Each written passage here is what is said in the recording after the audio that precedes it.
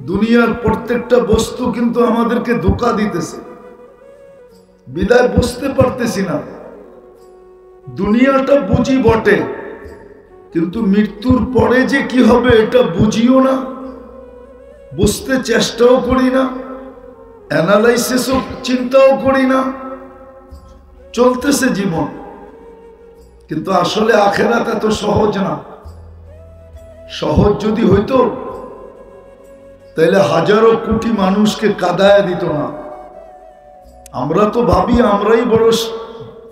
আমরাই বড় বুদ্ধিমান, শিক্ষিত, এটা সেটা। এটা আমাদের নিচক ভাবনা। রাগ হয়ে যাবেন বলবো? বলবো না? রাগ হয়ে যাবেন? দুনিয়ার যত বড় শিক্ষাই হোক না কেন, এটাকে সাধারণ শিক্ষা বলে, জেনারেল, ঠিক না? জেনারেলের ইংলিশে বাংলা তর্জমা কি? কি সাধারণ নিয়ে কি গৌরব করা যায় নাকি? তাহলে আপনি সাধারণ বিদ্যা নিয়ে গৌরব করেন কি করে? আমাকে বুঝান। আপনাদের শব্দই তো হলো জেনারেল। জেনারেল মানে সাধারণ, এটা নিয়ে গৌরব করে কি করে? অথচ সাহাবাদের কাছে ছিল তো অসাধারণ। নাইলে ওনারা ম্যাককে অনুগত্য করলেন কি করে? আমাকে বুঝান। দুনিয়ার টেকনোলজি সমৃদ্ধ, কিন্তু ম্যাককে অনুগত্য করে দেখা দেখ। ওনারা তো ম্যাককে অনুগত্য করছেন, টোকা দিয়া ভূমিকম্প দূরীভূত করছেন, হাতের ইশারায় অগ্নিগিরিকে পাহাড়ে আবদ্ধ করছেন। যান আপনি দাম্মামের পরে বাহরাইনের দিকে আসেন, এখনো তো চিহ্ন রাখা আছে। 27 কিলোমিটার সমুদ্রের উপরে ঘোড়া দৌড়াইয়া পার হয়েছেন। আপনি 27 হাত পার হয়ে দেখা দেন, মাইনা নিব। 27 কিলোমিটার। আমি তো 2 বার গেলাম মরক্কো, এখনো ওইখানে মিনার লাগানো আছে। উকবা বিন নাফে রাদিয়াল্লাহু তাআলা আনহু আটলান্টিকের পাড়ে দাঁড়ায়া বলছিলেন, ওই পারে কেউ আছে কিনা বলো, আমি এই সমুদ্র ঘোড়া দিয়া পার হব। আর অবশ্যই পারতেন। বিদায় একটু বোঝেন, কাজে দিবে। নাহলে দুনিয়ার এই সমস্ত কিছুই কাজে দিবে না। কবির কথাই সত্য হবে। যদি বললে আবার রাজাকারও বলতে পারেন, কেননা উর্দু বললেই তো রাজাকার, ঠিক না? তো উর্দু কবি ঠিকই লিখছেন, मिले खाक में अहले शाह कैसे कैसे, जमी खा गई नौजवां कैसे कैसे, अजल ने न छोड़ा किसरा न दारा, उसी से सिकंदर सा फाते भी दिहारा, हर एक लेके क्या क्या हसर सुधारा, परा रह गया यही ठाट सारा।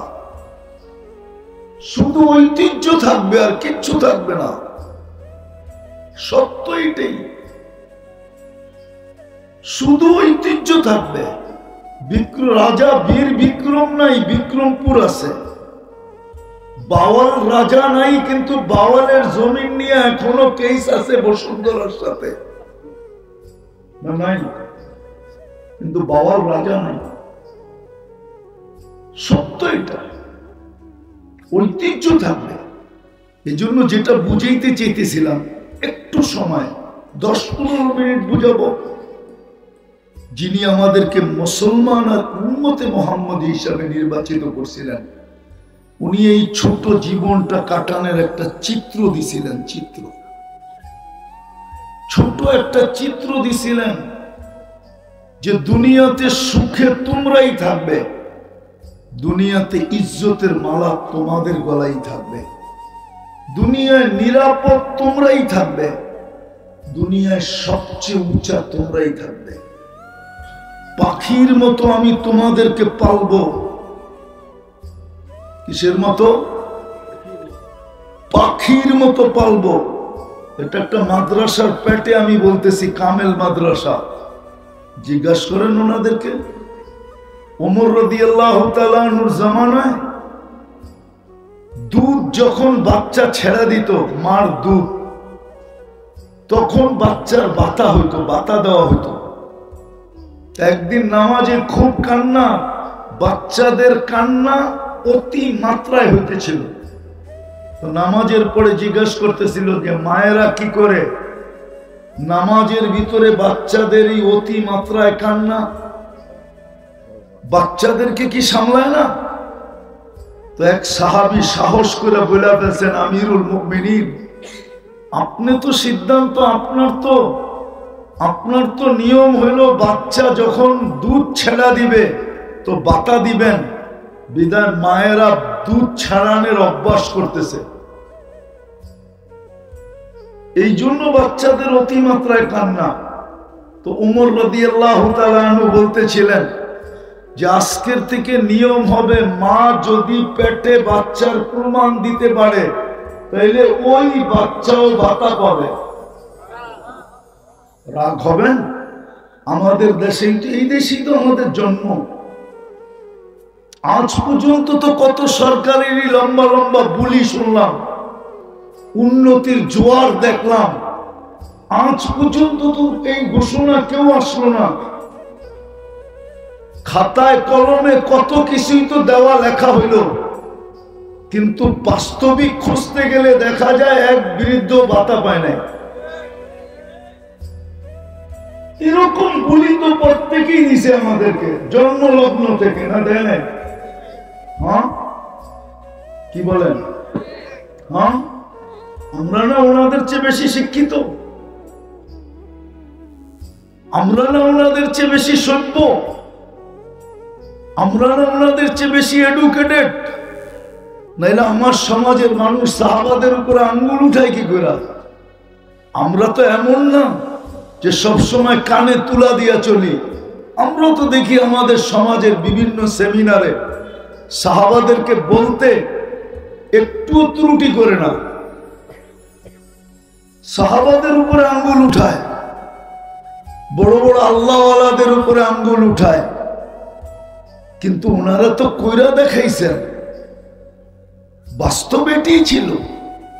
তো যেটা বুঝাইতেছিলাম, যিনি আমাদেরকে মুসলমান আর উম্মতে মুহাম্মদী হিসাবে নির্বাচিত করছেন, এই ছোট জীবনটা, 60-70 বৎসরের জীবনটায় আমাদেরকে একটা সুখের চিত্র দিছিলেন। চিত্র, তোমরাই উপরে থাকবে, তোমরাই নিরাপত্তার চাদরে থাকবে, তোমাদের কি আমি পাখির মতো পালবো, তোমাদের কি আমি পছন্দের জীবন দিব, তোমাদের গলায় আমি ইজ্জতের মালা পরায় রাখবো। কিন্তু আজকে যদি চিত্র দেখি, আজকে যদি চিত্র দেখি যে 60টা মুসলিম দেশ হওয়া সত্ত্বেও, ভালো মতে বুঝার, কিন্তু 60টা মুসলিম দেশ হওয়া সত্ত্বেও, 250 কোটি মুসলমান হওয়া সত্ত্বেও, প্রত্যেকটা মুসলিম দেশ উন্নতির ছোঁয়া থাকা সত্ত্বেও আজকে যে আমাদের উপরে, না আমরা সবার উপরে, না কোনো নিরাপত্তা আছে আমাদের,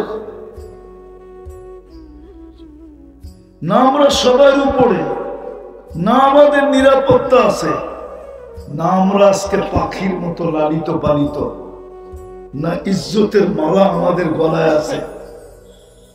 ইজ্জতের মালা আমাদের গলায় নাই, না আমাদের জীবনটা আমাদের পছন্দের মতো।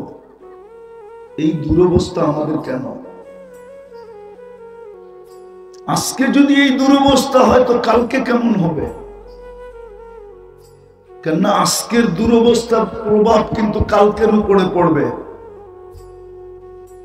কেননা কবির কথাই সত্য, এই দিন না আরো দিন আছে, এই দিন নিয়ে যাবে তোমাকে ওই দিনের কাছে।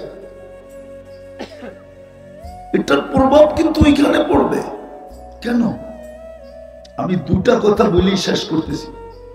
মুসলমান নির্বাচিত করছেন আল্লাহ বটে, আল্লাহর পছন্দে, আল্লাহর ইচ্ছায়, আল্লাহর ভালোবাসায়। কিন্তু আমরা মনে হয় আমাদের সবকিছু দেখলে মনে হয় আল্লাহর নির্বাচনটা আমাদের জন্য মঙ্গলময় ছিল না, মনে হয় এটা বাধ্যতামূলক ছিল। আমি এটাতে হ্যাপি না, খুশি না, সুখী না, আমি এটাকে পছন্দ করি না। যদি করতাম তাহলে আমরা ইসলাম মতেই চলতাম। আমার সমাজের 90% মানুষ, শিক্ষিত বলেন আর অশিক্ষিত বলেন, ধনী বলেন আর গরিব বলেন, সবাই ইসলাম বিরোধী জীবন যাপন। কেন? বোঝা গেল সে ইসলামকে লাইক করে না, পছন্দ করে না, যদিও আল্লাহ তাকে মুসলমান হিসাবে নির্বাচিত করছেন। কিন্তু একটা কথা আমি শেষমেশ বলবো, এটাই, আজ বুঝবেন না তো কালকে অবশ্যই বুঝে আসবে, কালকে অবশ্যই বুঝে আসবে, কালকে অবশ্যই বুঝে আসবে যারা কাগজে মুসলমান। আমি তো গ্যারান্টি দিয়ে বলবো, আমাদের দেশে যাদেরকে আমরা নাস্তিক হিসাবে চিহ্নিত করি, ওরাও যখন সরকারি জায়গায় যেখানে ধর্ম লিখতে হয়, ও চুপে চাপে ইসলাম লেখা দিয়ে আসে, অন্য কোন ধর্মের নাম লেখে না। আপনার বিশ্বাস হয় না? যারা আমাদের দেশে চিহ্নিত নাস্তিক, আপনি যান ওদের জমিন দলিল দেখেন, ওদের আইডি কার্ড দেখেন, ওদের পাসপোর্ট দেখেন, ওদের সার্টিফিকেট দেখেন, যেইখানে ধর্ম লেখার জায়গা ওইখানে ওরা ইসলামই লেখে, অন্য কিছু লেখে না। এটা আমার 100% বিশ্বাস। শুধু বিশ্বাস না, এটা আমার তাহকিক। আমি টুকায় দেখছি ওইখানে ইসলাম লেখা আছে। তো বুঝানোর জন্য বলতেছি, কেন এখন অনলাইন কেন হয়েছে জানেন? অনলাইন এটা মুসলমানের চাল না, অনলাইন এটা ইন্টারন্যাশনাল একটা চাল, যাতে মুসলমানের পায়খানার ডাটা পর্যন্ত ওদের কাছে থাকে, যে পায়খানায় কতক্ষণ বসে থাকে, কখন কোথায় কি করে। আমি কথা বলতেছি না, ইচ্ছা করলে স্যাটেলাইট পুরো দেখাবে, পুরো শোনাবে। অনলাইন এই জন্য, যদিও আমাদেরকে জীবনটাকে সহজ করে দিছে, আমরা বড় খুশিতে আছি যে সবকিছু এখন অনলাইনে পাওয়া যায়, সবকিছু হাতের মুঠায় পাওয়া যায়। মানি আমি বটে, কিন্তু এটাও সত্য, আপনার পুরো ডাটা চলে গেছে অন্য জায়গায়, আপনার এন্ট্রাল সবকিছু চলে গেছে অন্য জায়গায়, সব আপনার অন্যের হাতে চলে গেছে। ইচ্ছা করলে আপনি এখন পুতুল, যেমন খুশি তেমন আপনাকে নাচাইতে পারে। অনলাইন এই সুযোগ দিছে আপনাকে নাচানোর সুযোগ। এটা এই জন্য বুঝাইতে চাইতেছি যে দুযোগে এক সময় কাফেররা বলবে, যারা কাগজে মুসলমান ছিল, কাগজে, কেননা অনলাইনে ওদের ইসলাম চলে গেছে আমেরিকাতে, কানাডাতে, অস্ট্রেলিয়াতে, ইউরোপে, সবার কাছে চলে গেছে ও যে মুসলমান। তো দুযোগে জিজ্ঞাসা করবে, কি তুমি না অনলাইনে কাগজে মুসলমান লিখতে, ইসলাম তোমাকে কি কাজে দিল? তুমি তো আমাদের সাথেই থাকো, তোমার আর আমার ভিতরে তো কোনো পার্থক্য নাই, আমিও কাফের ছিলাম, তুমি সুযোগ পাইলি কাগজে মুসলমান লিখতে, কি কাজে দিল? আল্লাহর রহমত চুষে উঠবে। ওই দিন আল্লাহ বলবে, বাহির করো এদেরকে, যারা কাগজেও মুসলমান ছিল। তখন কাফেররা চিৎকার দিবে, ইয়াউমা ইয়াওয়াদ্দুল্লাযীনা কাফারু লাউ কানু মুসলিমিন। আফসোস, আমরা যদি কাগজে মুসলমান হতাম তাহলে আজকে দুজোর থেকে বাহির হওয়ার সুযোগ হতো। তো আল্লাহ তো আমাদেরকে নির্বাচিত করলেন মুসলমান হিসাবে, উম্মতে মুহাম্মদী হিসাবে। ছোট জীবনটা কাটানোর একটা চিত্র আমাদেরকে দিলেন, কিন্তু আজকে আমাদের জীবনে ওই চিত্রটা নাই তো নাই কেন? আল্লাহ কি অঙ্গীকার ভঙ্গ করলেন? এমন তো না। আল্লাহ তো কখনো অঙ্গীকার ভঙ্গ করতে পারেন না। তাইলে বোঝা গেল আমি মুসলমান বটে, স্বীকার করি বটে মুসলিম, কিন্তু আমি আমাদের দেশের অনেক লোককে চিনি, কেন দুনিয়া ঘুরতে থাকি তো সবাই তো আর আমাকে চিনে না। আমি অনেককে আমাদের দেশের চিনি, যখন দেশের পরিধির বাহিরে চলে যায় তো নিজেকে নিজে মুসলমান পরিচয় দিতে চায় না। বাপ ভঙ্গি, উঠা বসা, চলা ফিরা এমন হয় যে সে বুঝাইতে চায় আমি মুসলমান না। পোশাক আশাক সবকিছু, কিন্তু যাবে তো যাবে কোথায়? পাসপোর্ট পাঁচ করলেই তো বাহির হয়ে আসে সে মুসলমান। ইমিগ্রেশন যখন পাসপোর্ট পাঁচ করে মেশিনে দেয় তো বাহির হয়ে আসে সে মুসলমান।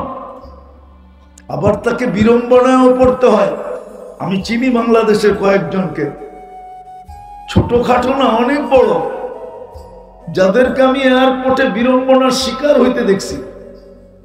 2-2, 3-3, 4-4, 5-5। একদিন তো আমার সাথে একজন 6 ঘন্টা বিড়ম্বনায় পড়ছে। আমি তো 2 মিনিটও পড়ি না, কারণ আমার পাসপোর্টে যা লেখা ছিল শরীরেও তা আছে। ওনার পাসপোর্টে লেখা ছিল, ওনার শরীরেও ছিল না, আর উনি পরিচয় দিতেও চাইতেছিলেন না। আল্লাহর কাজ তো আল্লাহই করে, ঠিক না? তো যেটা বুঝাইতে চাইতেছিলাম যে মুসলমান হিসাবে নির্বাচিত জীবন, এই ছোট জীবনটার সুখে কাটানোর জন্য তো আল্লাহ একটা চিত্র আমাদেরকে দিয়েছিলেন। আজকে ওই চিত্রটা আমাদের জীবনে নাই কেন? আল্লাহ কি অঙ্গীকার ভঙ্গ করলেন? না। বুঝা গেল আল্লাহ আমাকে মুসলমান হিসাবে নির্বাচিত করছেন বটে, কিন্তু ইসলামের ছাপ আমি আমার ভিতরে রাখি নাই। অঙ্গীকার ছিল যদি তোমার ভিতরে ইসলামের ছাপ থাকবে, ইসলাম তোমার ভিতরে যদি থাকবে, তাইলে তোমাকে আমরা এই ছোট জীবনটায় সুখে কাটানোর জন্য এই চিত্র তোমাকে দিলাম।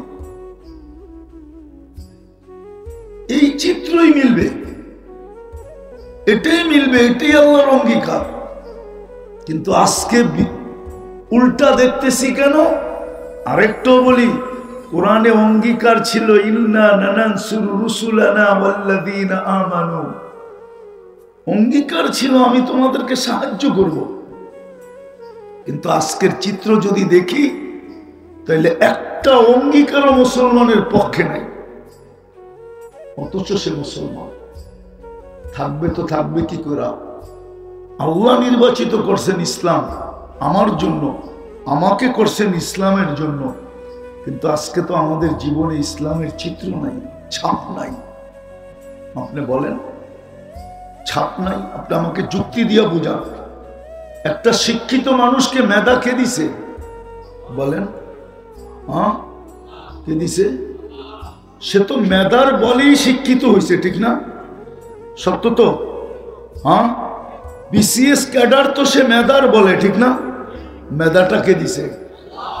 আপনাদের না প্রবাদ বাক্য, গাছে ফল আসলে ঝুঁকা যায়? এক বিসিএস ক্যাডারের উচিত তো ছিল সারাদিন আল্লাহ আল্লাহ বলা, সারাদিন না বলা, সারা দিনে 200-400 বার বলা। কিন্তু একজনও তো এখানে নাই ডেলি 100 বার আল্লাহ বলে। বলুক যে আমি ডেলি 100 বার আল্লাহ বলি। 2-4 জন হবে, বেশি না। কিন্তু সারাদিন বক্করি কাট্টা। কুরআন তো বলতেছিল ওমা জাযাউল ইহসানি ইল্লাল ইহসান, আহসিন কামা আহসানাল্লাহু ইলাইক। তা আমি যেটা বুঝাইতেছিলাম, আজকে আমাদের দুরবস্থার কারণ আমরা মুসলমান বলি বটে, কিন্তু ইসলামের চিত্র নাই, ইসলামের ছাপ নাই। উম্মত বলি বটে, কিন্তু নবীর আদর্শ নাই। বিদায় আজকে আমাদের সাথে অঙ্গীকার, আল্লাহর যে অঙ্গীকার, ওয়াদা, এটা আমাদের সাথে পূর্ণ হইতেছে না। শুধু আমরা চিৎকার দিতেছি, শুধু আমরা দোয়া করতেছি, কিন্তু না দোয়া মাথার উপরে ওঠে। ইব্রাহিম ইবনে আদম রহমতুল্লাহ আলাইহিকে জিজ্ঞাসা করছিলেন ওই যুগে 1000 বছর আগে, যে ইব্রাহিম, বসরার মানুষ জিজ্ঞাসা করছিলেন, ইব্রাহিম দোয়া তো করি, কবুল তো হয় না। তো ইব্রাহিম ইবনে আদম রহমতুল্লাহ আলাইহি জবাব দিছিলেন বড় শর্ট, তাসির রাসূলা তাসিল্লাহ ওয়া রাসূলা, 24 ঘন্টা আল্লাহ আল্লাহর রাসূলের নাফরমানি করো, আর তুমি ভাবতেছো দোয়া কবুল হবে? এটা ভাবো কি কইরা যে 24 ঘন্টা আল্লাহর নাফরমানি, রাসূলের নাফরমানি? এটা তো কোরআনই মাহফিলে আসলাম আমরা, ঠিক না? সত্য তো? কোরআন কি জিনিস জানেন? চলেন দেখি আপনারা একটু তুলনা করতে পারেন কিনা। মুসা আলাইহিস সালামের কাছে একটা ক্রেডিট কার্ড আছে, যেই ক্রেডিট কার্ডের নামেই উনি পরিচিত, কালিমুল্লাহ, অর্থাৎ উনি আল্লাহর সাথে কথা বলেন, ঠিক না? কিন্তু আমাদের কাছে একটা ক্রেডিট কার্ড ছিল, আছে, যেটার উপরে কোনো কার্ড নাই। আল্লাহ আমাদের ওইখানে মুসা আলাইহিস সালাম কথা বলেন, বলছেন বিদায় কালিমুল্লাহ। এইখানে আল্লাহ আমাদের সাথে কথা বলতে চান, বলবেন, বিদায় আল্লাহ দিলেন আমাদেরকে কালামুল্লাহ। কিন্তু বলেন আমার সমাজে কয়জন কোরআন পড়তে জানে? 90% তো জানে না। অথচ আল্লাহ কথা বলতে চাইল। উচিত তো ছিল প্রত্যেক ব্যক্তির উলামাদের কাছে যে বসে থাকা, যে আল্লাহ আমার সাথে কথা বলবে। রাগ হয়ে যাবে? হ্যাঁ হ্যাঁ, হায় হায় হায়, আমরা দেখছি তো, দেখতেছি, আরো দেখব যদি বেঁচে থাকি। বেঁচে থাকি অতীত 15 বছর দেখছি, নেত্রীর সাথে একটু কথা বলতে পারলে মনে হয় যে জান্নাতুল ফেরদাউসুল আলা পেয়ে গেছে। শুধু নেত্রীর সাথে একটু মুখ লাগাইতে পারলে, নেত্রী যদি ওনার নামটা একটু মুখে কখনো নিছেন, তাহলে ভাবতে ছিলেন আমি সব পেয়ে গেছি। একজন মানুষ, আর আপনি সৃষ্টিকর্তা আল্লাহ আপনার সাথে কথা বলতে চায়, চিনেন আল্লাহ? রাগ হয়েন না, আমরা শিক্ষিত বটে, অক্ষর জ্ঞান আমাদের কাছে আছে বটে, কিন্তু আজ পর্যন্ত আল্লাহ 99 নামের অর্থ দেখি নাই। দেখলে বুঝতেন আপনাকে অস্তিত্ব কে দিছে। শুধু তো আল্লাহ শব্দটাই শিখছি, 99 নামের অর্থ দেখি নাই। নাহলে 24 ঘন্টা ভোগ করে আল্লাহ, ওকে বাঁচায় রাখছে আল্লাহ, টিকায় রাখছে আল্লাহ, চলমান রাখছে আল্লাহ, সবকিছু আল্লাহ দেয়। 24 ঘন্টা A to Z আল্লাহ ব্যবহার করে, আল্লাহটা ব্যবহার করে, আর সারা দিনে 10 বার আল্লাহ বলে না। আল্লাহ কথা বলতে চায়। কোন আল্লাহ? যিনি রহমান, যিনি রহিম, যিনি মালিক, যিনি কুদ্দুস, যিনি সালাম, যিনি মুমিন, যিনি মুহাইমিন, যিনি আজিজ, যিনি জব্বার, যিনি মুতাকাব্বিরুল খালিকুল বারিউল মুসাব্বিরুল গফফারুল কহ্হারুল ওয়াহ্হাবুর রাজ্জাকুল ফাত্তাহুল আলিমুল কাবিদুল বাসিতুল খাফিদুল রাফিউল মুইজ্জুল মুদিল্লুস সামিউল বাসীরুল হাকামুল আদলুল লতীফুল খাবীরুল হালিমুল আযীমুল গফুরুশ শাকুরুল আলিকুল কবীরুল হাফিজুল মুকিতুল হাসিবুল জলিলুল করিমুর রকিবুল মুজিবুল ওয়াসি আল হাকিমুল ওয়াদুদুল মজিদুল বাঈতুশ শাহীদুল হকুল ওয়াকিলুল কবিয়ুল মতিনুল ওয়ালিয়ুল হামিদুল মুসি আল মুবদি আল মুঈদ আল মুকি আল মুমীত আল হাইয়্যু আল কাইয়্যুম আল ওয়াজিদ আল মাজিদ আল ওয়াহিদ আল আহাদ আস সামাদ আল কাদির আল মুক্তাদির আল মুকদ্দম আল মুআখ্খার আল আউয়াল ওয়াল আখির আল যাহির ওয়াল বাতিন আল ওয়ালি আল মুতাওয়ালি আল বাররু তাওয়াবুল মুনতাকিম العفو الرؤوف مالك الملك ذا الجلال والإكرام المقسط والجامع والغني والمغني المانع الضار النافع النور الهادي البديع والباقي الوارث والرشيد الصبور যিনি 99 পদের মালিক উনি হলেন আল্লাহ। উনি আপনার সাথে কথা বলতে চায়, আমার সাথে কথা বলতে চায়। আলী রাদিয়াল্লাহু তাআলা আনহু তো এটাই চিৎকার দিয়েছেন, তুমি যদি চাও আল্লাহ তোমার সাথে কথা বলুক, ফালি তাতলুল কোরআন আল কারীম, তুমি কোরআন পড়ো, আল্লাহ তোমার সাথে কথা বলবে। কিন্তু 90%ই তো কোরআন পড়তে জানে না, পড়তে জানে না, বুঝলাম, কোনো আপত্তি নেই, কিন্তু 99%ই তো সারা দিনে একবার কোরআনটাকে নিয়ে একটা চুমা দেয় না, চুমাও তো দেয় না। এই উম্মতের সাথে আল্লাহর কতটুকু ভালোবাসা ছিল আল্লাহ জানতেন না যে 90 ভাগ কোরআন পড়বে না? না জানতেন না? জানতেন না? জানেন না? জানতেন না? না আল্লাহ কি এর এত শিক্ষায় শিক্ষিত? আল্লাহ জানতেন না? জানতেন না? তাইলে আরেকটা দেখাইতেছি কতটুকু ভালোবাসা আমাদের সাথে। আল্লাহ জানতেন যে 90 ভাগ পড়বে না, শিখবে না, তাইলে আল্লাহ কোরআন দিলেন কেন? তা আল্লাহ ব্যবস্থা করছে, পড়তে না পারো, কোরআনের সোয়াব ছাড়া, খতমের সোয়াব ছাড়া একজনও যেন আমার কাছে না আসুক। আল্লাহ পড়তেই পারি না, এটা সম্ভব কি করে হবে? তা আল্লাহ সূরা ইখলাস নাযিল করছেন। একবার পড়বে 10 পারা, দুইবার পড়বে 20 পারা, তিনবার পড়বে 30 পারা। রাগ হয়ে যাবেন? এখানে কেউ আসি এরকম যে আমি ডেলি এই নিয়তে 3 বার সূরা ইখলাস পড়ি যে আমার আমল নামায় আজকের দিনে কমসে কম 1 খতম কোরআনের সওয়াব লেখা হোক।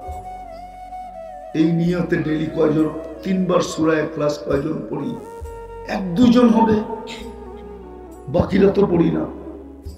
তো যেটা বুঝাইতেছিলাম, শেষ কথা, আজকে ইসলামের ছাপ নাই বিদায় অঙ্গীকার থাকা সত্ত্বেও আমাদের সাথে অঙ্গীকার পুরা হইতেছে না।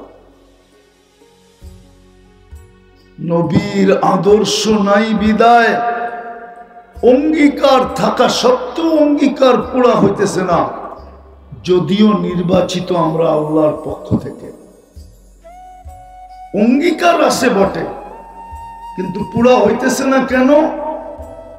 ইসলামের ছাপ নাই, নবীর আদর্শ নাই। এই জন্যই আমাদের আজকে এই দুরবস্থা, কোন অঙ্গীকার আমাদের সাথে পুরা হইতেছে না।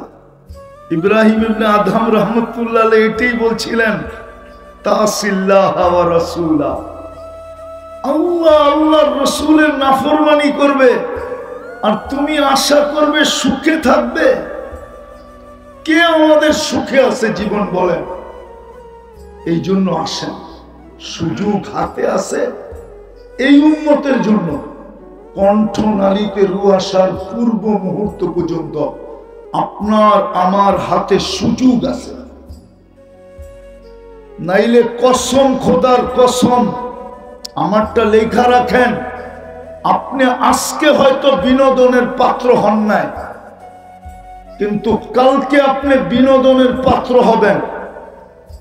জান্নাতীরা জান্নাতে যাওয়ার পরে দুনিয়ার কিছু ব্যক্তিকে টোকায় টোকায় বাইর করবে আর জিজ্ঞাসা করবে, মা সালাকাকুম ফি সাকার, তোমরা এই জায়গায় পৌঁছলে কি করে?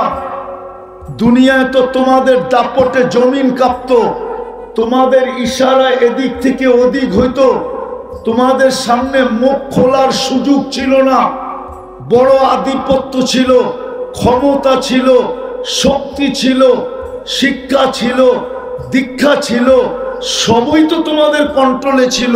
তোমরা এই জায়গায় পৌঁছলে কি করে? আপনি বিনোদনের পাত্র হবেন, বিনোদনের।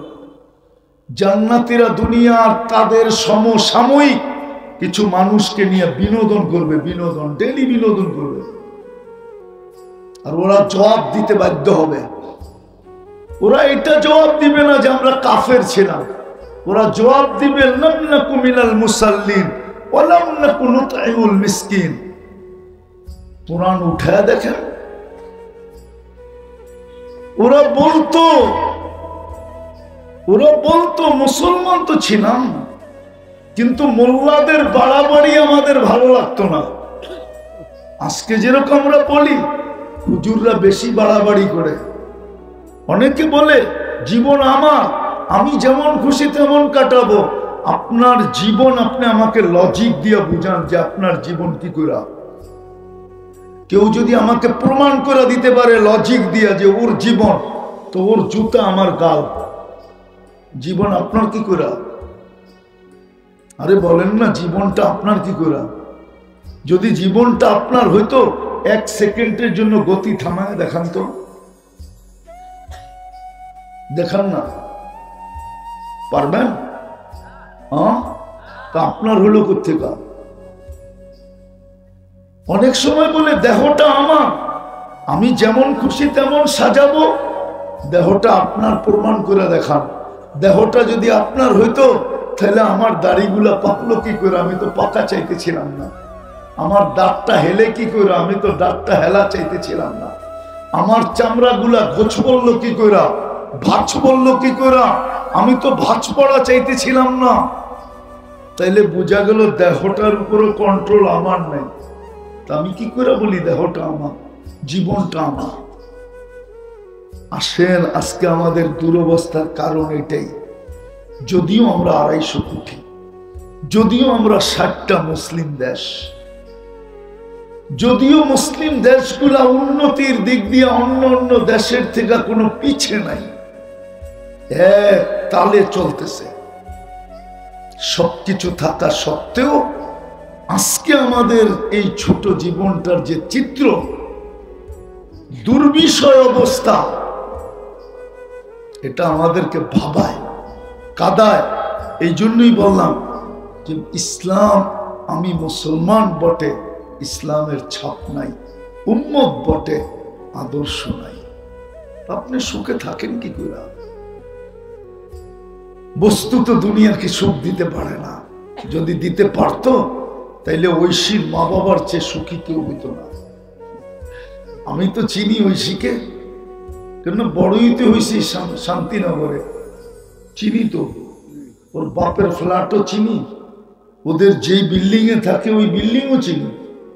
প্রতি মাসে 1 লক্ষ টাকা মেয়ের হাত খরচ, বিলাসবহুল গাড়ি, বিলাসবহুল ফ্ল্যাট, একটা মাত্র মেয়ে। তাহলে মা বাবাকে ওর হাতে জান দিতে হতো না, নিজের পিস্তল মাথায় রেখা কোনোদিন গুলি করতো না। আপনারা কতটুকু চিনেন না না চিনেন আমি জানি না, আমি বড় কাছের থেকে চিনি। আমি চিনি ওর ছেলে মিলবনে কোন জায়গায় থাকে, আমি চিনি ওর স্ত্রী মিলবনে কোথায় থাকে, আমি চিনি ওর মেয়ের বিয়ে কার সাথে হয়েছে, আমি চিনি। অভাব তো ছিল না। চলেন আমার সাথে লস এঞ্জেলিস আমেরিকাতে, আমি দেখায় দিব এই এই সেলিব্রিটি যাদের নাম মাটিতে খোদায় লেখানো আছে। আমেরিকার যত সেলিব্রিটি, যত লোক আছে, সবাই নাম লেখা আছে লস এঞ্জেলিসে, মাটিতে পিতলের ভিতরে খোদাই করে লেখা আছে। শুধু মোহাম্মদ আলী কেলেটটা ছাড়া, উটটা শুধু দেওয়ালে আছে।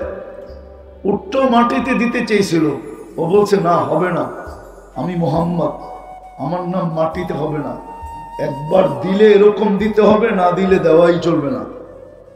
ওটাই শুধু দেওয়ালে আছে। চলেন, বেশিরভাগই তো আত্মহত্যা করে মরছে। আমরা জানি, আমরা এই সমাজে থাকি, রাগ হয়েন না। আমরা হুজুররা পানি পড়া দেই, তো আমরা জানি আমাদের কাছ থেকে কারা কারা পানি পড়া নেয়। আমরা পানি পড়া দিই তো রাত্র 3টায় আমাদেরকে কারা বিরক্ত করে, এটা আমরা জানি। আমরা কোনোদিন মিডিয়ায় বলি না যে আমাদের থেকে পানি পড়া কারা নেয়। ওরা কি বইলা নেয়, কতটুক সুখে আছে, আমরা সব জানি। এই জন্য রাগ হয় না। আজকের দুরবস্থা শিকার শুধু আমরা মুসলমান, ইসলামের ছাপ নাই, উম্মত আদর্শ নাই। সব থাকা সত্ত্বেও আমাদের দুরবস্থা, বর্ণনা অতীত দুরবস্থা। নাইলে এইখানে মমতাজুল মুহাদ্দিসিনও আছে, ওনাদেরকে জিজ্ঞাসা করেন, এটা কিবা কোনোভাবে মানা যায় না যে মুসলিম সন্তানের হাতে মুসলিম মা বাবার জীবন কি করা যায়। এটা তো বাবাই যায় না। আমাদের দেশে তো প্রতিনিয়ত পত্রিকায় যদিও না আসে, প্রতিনিয়ত সন্তানের হাতে মা বাবার জান যেতেছে। সন্তান মা বাবার পায়ে গলায় পাড়া দেয়, গলায়। আমি তো আজকে জুমায় বলে আসছি, আজকে না গত জুমায় বলে আসছি আমি। রাগ হয় না। আমি চিনি এরকম বাংলাদেশের ব্যক্তিত্ব, যার সর্বশেষ মারা গেছেন যিনি, কোথায় জানেন? নিজের সন্তানের গ্যারেজে। নাম বলবো না, চিনি আমি, বড় কাছের থেকে চিনি। আমেরিকা সেমরিকা এইখানে সেইখানে বড় পরিচিত, কিন্তু সন্তান ঘরে জায়গা দেন নাই, অথচ মুসলমান সন্তান। আসেন, ফিরে আসি, তওবা করো, ফিরে আসি, নবীর আদর্শের উপরে উঠি, ইসলামের ছাপ লাগাই। নাইলে কয়দিন কবরে দিতে দেরি, তারপরে কেউ আর স্মরণ করবে না। এটাই সত্য। এইখানে কেউ নাই যে প্রতিদিন ঘরে যায়া, প্রতিদিন কি করে ঘরে যায়া যখন খাটে বসে, খাটে বৈশা এই কথাটা মনে করে যে আমি তো এখন কম্বল নিয়ে ঘুমাবো, জানি না আমার মা কেমন আছে, বাবা কেমন আছে। আল্লাহ আমাদেরকে আমল করার তৌফিক দান করেন। ওমা আলাইনা ইল্লাল বালাগ। নাইলে আমার সমাজের মানুষ সাহাবাদের উপরে আঙ্গুল উঠায় কি করে? আমরা তো এমন না যে সব সময় কানে তুলা দিয়া চলি। আমরা তো দেখি আমাদের সমাজের বিভিন্ন সেমিনারে সাহাবাদেরকে বলতে একটু ত্রুটি করে না, সাহাবাদের উপরে আঙ্গুল উঠায়, বড় বড় আল্লাহওয়ালাদের উপরে আঙ্গুল উঠায়। কিন্তু ওনারা তো কইরা দেখাইছেন, বাস্তব এটাই ছিল। তো যেটা বুঝাইতেছিলাম, যিনি আমাদেরকে মুসলমান আর উম্মতে মুহাম্মদী হিসাবে নির্বাচিত করছেন, এই ছোট জীবনটা, 60-70 বৎসরের জীবনটায় আমাদেরকে একটা সুখের চিত্র দিছিলেন। চিত্র, তোমরাই উপরে থাকবে, তোমরাই নিরাপত্তার চাদরে থাকবে, তোমাদের কি আমি পাখির মতো পালবো, তোমাদের কি আমি পছন্দের জীবন দিব, তোমাদের গলায় আমি ইজ্জতের মালা পরায় রাখবো। কিন্তু আজকে যদি চিত্র দেখি, আজকে যদি চিত্র দেখি, আজকে যদি চিত্র দেখি যে 60টা মুসলিম দেশ হওয়া সত্ত্বেও, ভালো মতে বুঝার, কিন্তু 60টা মুসলিম দেশ হওয়া সত্ত্বেও, 250 কোটি মুসলমান হওয়া সত্ত্বেও, প্রত্যেকটা মুসলিম দেশ উন্নতির ছোঁয়া থাকা সত্ত্বেও আজকে যে আমাদের উপরে, না আমরা সবার উপরে, না কোনো নিরাপত্তা আছে আমাদের, না আমরা সবার উপরে, না আমাদের নিরাপত্তা আছে, না আমরা আজকে পাখির মতো লালিত পালিত, না ইজ্জতের মালা আমাদের গলায় আছে। ইজ্জতের মালা আমাদের গলায় নাই, না আমাদের জীবনটা আমাদের পছন্দের মতো। এই দুরবস্থা আমাদের কেন? আজকে যদি এই দুরবস্থা হয় তো কালকে কেমন হবে? কেননা আজকের দুরবস্থার প্রভাব কিন্তু কালকের উপরে পড়বে। কেননা কবির কথাই সত্য, এই দিন দিন না আরো দিন আছে, এই দিন নিয়ে যাবে তোমাকে ওই দিনের কাছে। এটার প্রভাব কিন্তু ওইখানে পড়বে। কেন? আমি দুটা কথা বলি শেষ করতেছি। মুসলমান নির্বাচিত করছেন আল্লাহ বটে, আল্লাহর পছন্দে, আল্লাহর ইচ্ছায়, আল্লাহর ভালোবাসায়। কিন্তু আমরা মনে হয়, আমাদের সবকিছু দেখলে মনে হয় আল্লাহর নির্বাচনটা আমাদের জন্য মঙ্গলময় ছিল না। মনে হয় এটা বাধ্যতামূলক ছিল। আমি এটাতে হ্যাপি না, খুশি না, সুখী না, আমি এটাকে পছন্দ করি না। যদি করতাম তাহলে আমরা ইসলাম মতেই চলতাম। আমার সমাজের 90% মানুষ, শিক্ষিত বলেন আর অশিক্ষিত বলেন, ধনী বলেন আর গরিব বলেন, সবাই ইসলাম বিরোধী জীবন যাপন। কেন? বোঝা গেল সে ইসলামকে লাইক করে না, পছন্দ করে না, যদিও আল্লাহ তাকে মুসলমান হিসাবে নির্বাচিত করছেন। কিন্তু একটা কথা আমি শেষমেশ বলবো, এটাই, আজ বুঝবেন না তো কালকে অবশ্যই বুঝে আসবে। কালকে অবশ্যই বুঝে আসবে।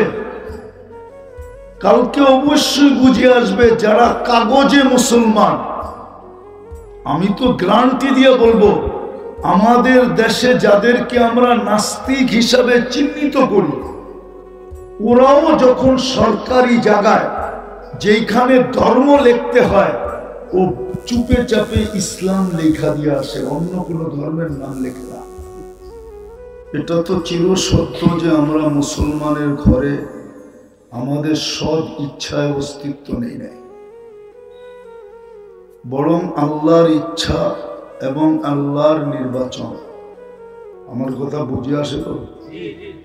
মুসলমানের ঘরে আমাদের অস্তিত্ব আমাদের সৎ ইচ্ছায় না। মুসলমানের ঘরে আমাদের অস্তিত্ব আল্লাহর একান্ত ইচ্ছায়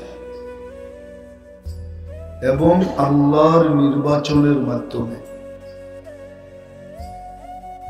বিদায় কোরআন ঘাটলে, হাদিস ঘাটলে দেখা যায়, যাকেই আল্লাহ মুসলমানের ঘরে অস্তিত্ব দিলেন বা যাকেই আল্লাহ মুসলমান হিসাবে নির্বাচিত করলেন, কোরআন যদি দেখি তো তার জীবনের চিত্রটা অন্যরকম দেখা যায়। জীবনের চিত্র বোঝেন তো? কোরআন বুঝাইতে চাইতেছেন, কোরআন একটা চিত্র দিতেছেন আমাদেরকে, যারাই আমরা মুসলমান, বা আরেকটা শব্দ যোগ করতে পারেন, যারাই আমরা মুহাম্মদুর রাসূলুল্লাহ সাল্লাল্লাহু আলাইহি ওয়াসাল্লামের উম্মত, কোরআন আমাদের জন্য একটা চিত্র দিতেছে যে আমাদের এই 60-70 বছরের জীবনটা কেমন হবে, কিভাবে কাটবে। তো যদি কোরআনের চিত্রটা দেখি, বড় ধ্যান দিয়ে শুনতে হবে, কিন্তু নাইলে বুঝে আসবে না। আর কোরআনও বলে, ইদা কুরিয়াল কোরআন ফাস্তামিউ, এটা আল্লাহর আদেশ। কোরআনী কথা যখন শোনো তো পরিপূর্ণ মনোযোগ দিয়ে শোনো। আরেকটা আল্লাহর আদেশ আছে, ওয়ানসিতু, বিলকুল পরিবেশটাকে নিঝুম বানায় শোনো, তাইলে তুমি পুরস্কারের অধিকারী হবে। লাআল্লাকুম তুরহামুন, এই দিকেই ইঙ্গিত যে তাইলে তুমি পুরস্কার পাবে, নাইলে কিন্তু পুরস্কার পাবে না। আর পুরস্কার স্বয়ং আল্লাহ দিবে। কে দিবে? আল্লাহ। বিদায় মনোযোগ দিতে হবে। যিনি আমাদেরকে মুসলমান হিসাবে নির্বাচিত করলেন, যিনি আমাদেরকে উম্মতে মুহাম্মাদি হিসাবে বাছাইকৃতভাবে নির্বাচিত করলেন, আমরা কিন্তু বাছাইকৃত, বাছাই বুঝেন? সমগ্র মানব জাতির ভিতরে সর্বপ্রথম আল্লাহ আমাদেরকেই বাছাই করছেন। আমাদের বাছাইয়ের পরে যা ছিল ওইটা শুধু বন্টিত হয়েছে। ১৬ লক্ষ নবীদের মাঝে আল্লাহ বন্টন করে দিয়েছেন। হ্যাঁ, বন্টন করতে করতে করতে একটা পর্ব এরকমও আসছে যে নবীদের ভিতরে এরকমও কেউ কেউ ছিলেন যিনি একজন উম্মত ভাগে পান নাই। এই জন্য হাদিসে আছে, ইয়াতি ইয়াউমাল কিয়ামাতি নাবিয়্যুন লাইসা মাহু আহাদ, কিয়ামতের দিন এমন নবী আসবে যিনার সাথে একজন উম্মত নাই। তো যেটা বুঝাইতেছিলাম, আমাদেরকে বাছাইকৃতভাবে নির্বাচিত করছেন। বিদায় এই দুই নির্বাচনের কারণে এই ছোট জীবনটা আমাদেরকে একটা চিত্র দিছেন, চিত্র, যে আমাদের এই ছোট জীবনটার চিত্র কিরকম হবে। ২-৪টা দেখাই, টাইম অল্প, সব দেখানো যাবে না। চিত্র কোরআন দিছিলেন, আনতুমুল আলাউনা, তোমরা সবার উপরে থাকবে।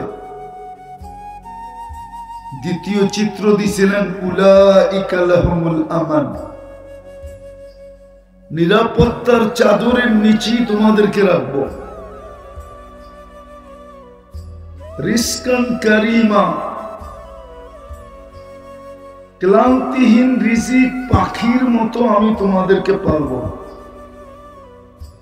হায়াতান তাইয়্যিবা, তোমাদের পছন্দের জীবন হবে। ভালো মতে কিন্তু এদিকে পঞ্চম দেখাইতেছি, ইজ্জতের মালা তোমাদের গলায় থাকবে। ইন্নাল ইজ্জাতা লিল্লাহি ওয়া লিরাসূলিহি ওয়া লিল মুমিনিন। কিন্তু আজকে যদি আমি চিত্র দেখি, এটা তো বাস্তব চিত্র ছিল। যাদেরকেই আল্লাহ মুসলমান হিসাবে নির্বাচিত করছেন, যাদেরকে আল্লাহ উম্মতে মুহাম্মদী বানাইছেন, তাদেরকে এই ছোট জীবনটা কাটানোর একটা চিত্র দিছিলেন। ভালো মতে ধ্যান দিয়া কিন্তু চলে যেতে হবে, থাকার সুযোগ এখানে নাই। আবার পুঙ্খানুপুঙ্খানু যদি জবাবের সম্মুখীন হই, তাহলে প্রত্যেকটা শ্বাসের হিসাব দিতে হবে, বাঁচার কোনো সুযোগ নাই।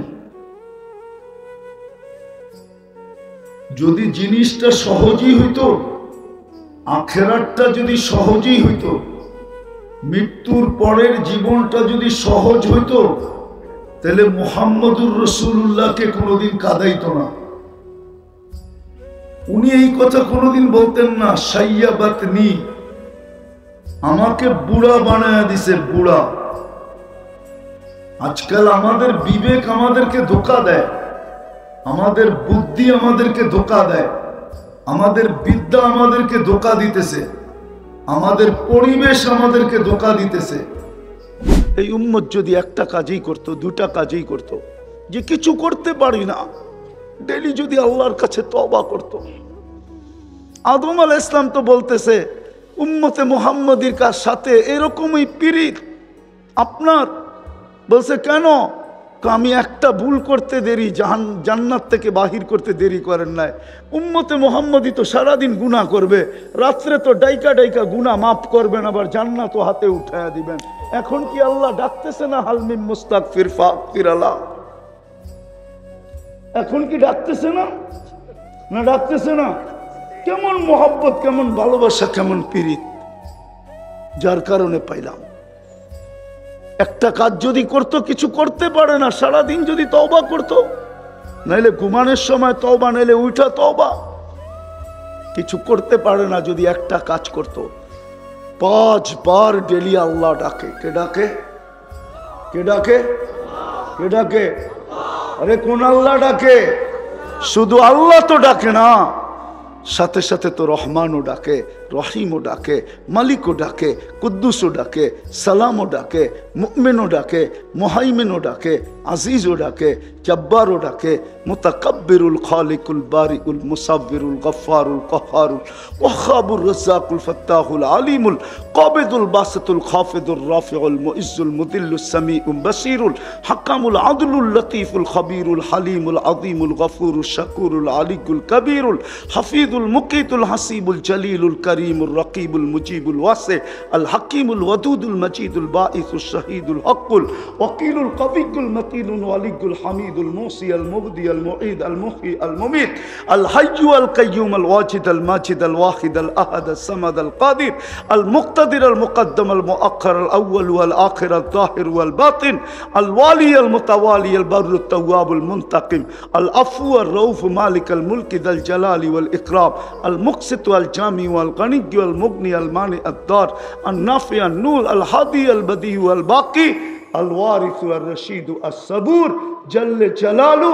99 পদের মালিক আল্লাহ ডাকে, তারপরও 90 ভাগ মসজিদে আসে না। তো দুরবস্থা হবে না তো হবে কি? দুনিয়ার সামান্য পদস্থ মানুষের ডাকে সাড়া না দিলে যদি হাতকড়ি পড়তে হয়, আর যদি পায়ে বেড়ি পড়তে হয়, আর যদি জেল জরিমানা সইতে হয়, তাহলে আল্লাহ তো আল্লাহ, উনি ডাকে। নামাজের জন্য তো ডাকে না, নামাজ তো বাহানা, নাহলে আমরাই কি আর নামাজি কি, ঠিক না? চড়াই পাখি কত বড়, আর রানলে চলেই হইব কতটি, ঠিক না? কি রাগ হয়ে গেলেন? আমার সমাজের একজন লোক আইনা দেন আপনি, যে ওলামাদের কাছে আইসা 2 রাকাত নামাজ উচ্চ স্বরে পড়া লেখায় নিয়ে গেছে যে আপনার সব ঠিক আছে। একজন 3 চিল্লা আলা আনেন, একজন চিল্লা আলা আনেন, একজন পীরের মুরিদ আনেন, পাবেন তো না? এইখানেই আছে একজন, বলো। ও তো কিতাব দেখে নামাজ শিখছে, শিখ না, সত্যায়িত তো করে নাই, তাহলে আমাকে নামাজই কি? আল্লাহ তো নামাজের জন্য ডাকছিলেন না, ডাকছিলেন তো বন্দার সাথে কথা বলার জন্য। এই জন্যই তো আমি বলি, ফজরের সময় ডাকে, রাতটা পার হয়ে গেল, তোর লোকে কথা হইল না, ওঠ না, চল দুইজনে একটু কথা কই না। দুপুরে বলে সেই সকালে কথা হইলো, এখন তো দুপুর হয়ে গেল, চল না একটু কথা কই না। আসরে ডাকে, সেই দুপুরে কথা হইলো, এখন তো আসর হয়ে গেল, চল না একটু কথা বলি না। মাগরিবে ডাকে, সেই আসরে কথা হয়েছে, এখন তো রাইত হয়ে গেছে, আয় না একটু কথা বলি না। বলে এশায় কেন ডাকে? বলে এশা এই জন্য ডাকে যে সকাল এখনই তো ঘুমায় যাবি, সকালে উঠাইলে না উঠবি, যদি না উঠাইলি তাইলে তার কথা হবে না, চল না দুইজনে একটু কথা বইলা ঘুমাই না। যদি তুই চইলেও যাস, চইলেও আসোস, তাইলে যেন আমি বলতে পারি কথা বইলেই আসছে, আমার কাছে রাখো। কি বইলে আসছে? কথা বইলেই কয় না, ধমক দিয়ে, আরে খোল, আমারে ফোন করে আইছে।